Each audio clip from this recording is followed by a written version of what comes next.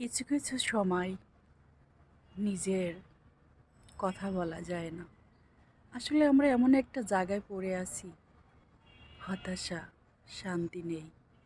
কেউ না কেউ জীবনে, কারো না জীবন কোনো কাজেই বাধা।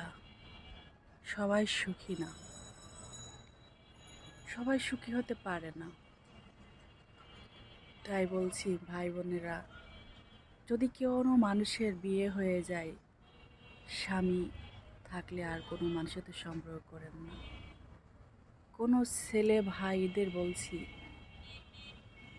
বউ থাকতে কোনো পরকীয়ায় জড়ায়েন না।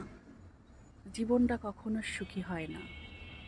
আপনি মনে করেন যে আপনার স্ত্রীকে রেখে আর একটা মেয়ের সাথে সুখী হবেন, না, ভাগ্যে যেটা লেখা আছে আপনার সেটাই হবে।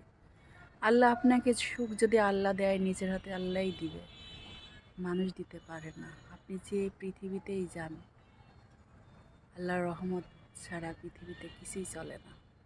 দয়া করে আপনারা এই পথ থেকে সরে আসেন।